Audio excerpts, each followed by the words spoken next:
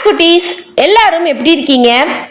The jungle adventure final episode number 8 இறுதி சவாலும் காட்டிற்கு பிரியா விடையும் the final test and the jungle good bye.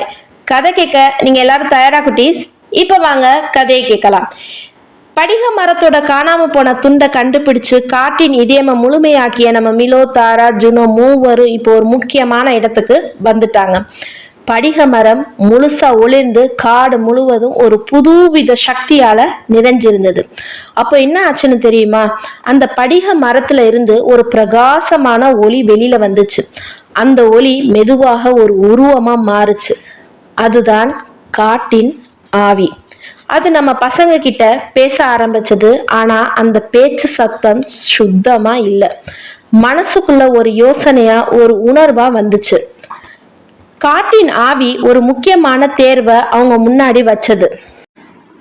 அன்பான குழந்தைகளா, நீங்க இந்த காட்டோட இதயத்தை மீட்டெடுத்துட்டீங்க. இப்போ உங்களுக்கு 2 வழிகள் இருக்கு. ஒன்று, இந்த காட்டிலேயே என்றென்றைக்கும் சந்தோஷமா வாழலாம்.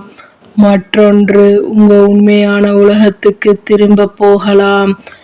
ஆனா திரும்ப போனா இந்த காட்டுல நடந்த எல்லா அதிசயங்களையும் மறந்துடுவீங்க அப்படின்னு அந்த ஆவி மனசுக்குள்ள உணர்த்துச்சு.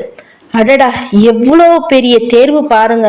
இந்த காடு அவர்களுக்கு எவ்வளவு நல்ல விஷயங்களை கத்து கொடுத்துச்சு. எவ்வளவு சாகசங்கள்! இங்கேயே இருந்துட்டா எவ்வளவு நல்லா இருக்கும். ஆனா அவங்க உண்மையான உலகம், அவங்க அப்பா, அம்மா, நண்பர்கள்னு எல்லாரையும் மறந்துடுவாங்களாம். மிலோ, தாரா, ஜுனோ மூவரும் ஒருவர் பார்த்தாங்க. இந்த காடு அவங்களுக்கு எவ்வளவு புத்திசாலித்தனம், துணிச்சல், அன்புன்னு நிறைய விஷயங்களை கத்து கொடுத்துச்சு. ஆனா அவங்க உண்மையான வாழ்க்கையும் அவங்க குடும்பமும் அவங்களுக்கு ரொம்ப முக்கியம்னு புரிஞ்சுக்கிட்டாங்க. காட்டில் கிடைத்த அனுபவங்கள் அவங்கள இன்னும் நல்ல குழந்தைகளா மாத்திருக்கும்னு நினைச்சாங்க. ரொம்ப நேரம் யோசிச்சு கடைசியில் மூவரும் ஒரு முக்கியமான முடிவை எடுத்தாங்க. நம்ம வீட்டுக்கு திரும்பி போவோம். இந்த காட்டுல நடந்த அற்புதங்களை நாம மறந்துடலாம். நம்ம மனசுல இதோட பாடம் எப்பவும் இருக்கும். நாம இன்னும் நல்ல குழந்தைகளா, துணிச்சலான நண்பர்களா திரும்பி போவோம் அப்படின்னு அவர்கள் மனசுக்குள்ள உறுதியா முடிவெடுத்தாங்க. அவர்களின் முடிவை காட்டின் ஆவி புரிஞ்சுக்கிச்சு. அது மெதுவாக அசைந்து மூவருக்கும் ஒரு மெல்லிய பளபளன்னு மின்னுற இலைய கொடுத்துச்சு. இந்த இலை உங்க கூட இருக்கும். நீங்க மறந்துட்டாலும் இந்த காட்டோட நினைவை உங்களுக்கு உணர்த்தும் அப்படின்னு அந்த ஆவி உணர்த்துச்சு.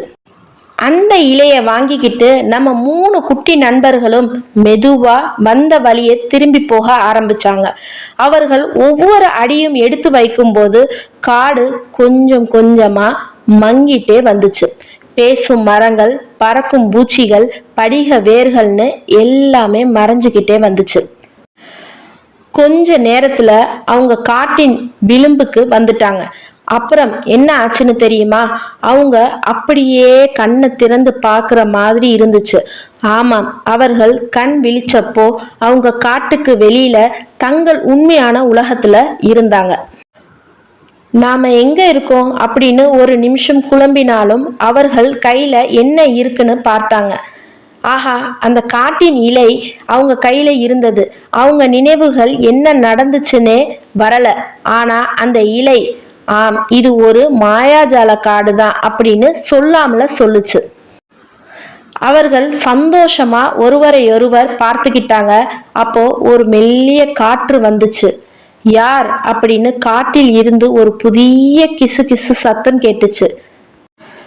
அது, இது முடிவல்ல, இது ஒரு புதிய ஆரம்பம் அப்படின்னு சொல்ற மாதிரி இருந்தது.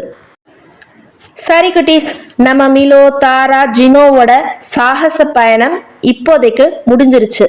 ஆனா அந்த புதிய கிசு கிசு சத்தம் என்ன? அது இன்னொரு புதிய சாகச பயணத்துக்கான அழைப்பா? அதை நாம இன்னொரு நாள் பார்க்கலாம். இதோட இந்த எபிசோட்ஸ் முடிஞ்சிருச்சு. So the jungle adventure 8 episodes பார்க்காத குட்டீஸ் சேனலை போய் செக் பண்ணி பாருங்க.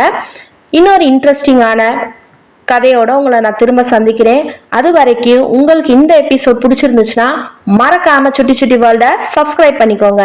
பாய் பாய் குட்டீஸ்.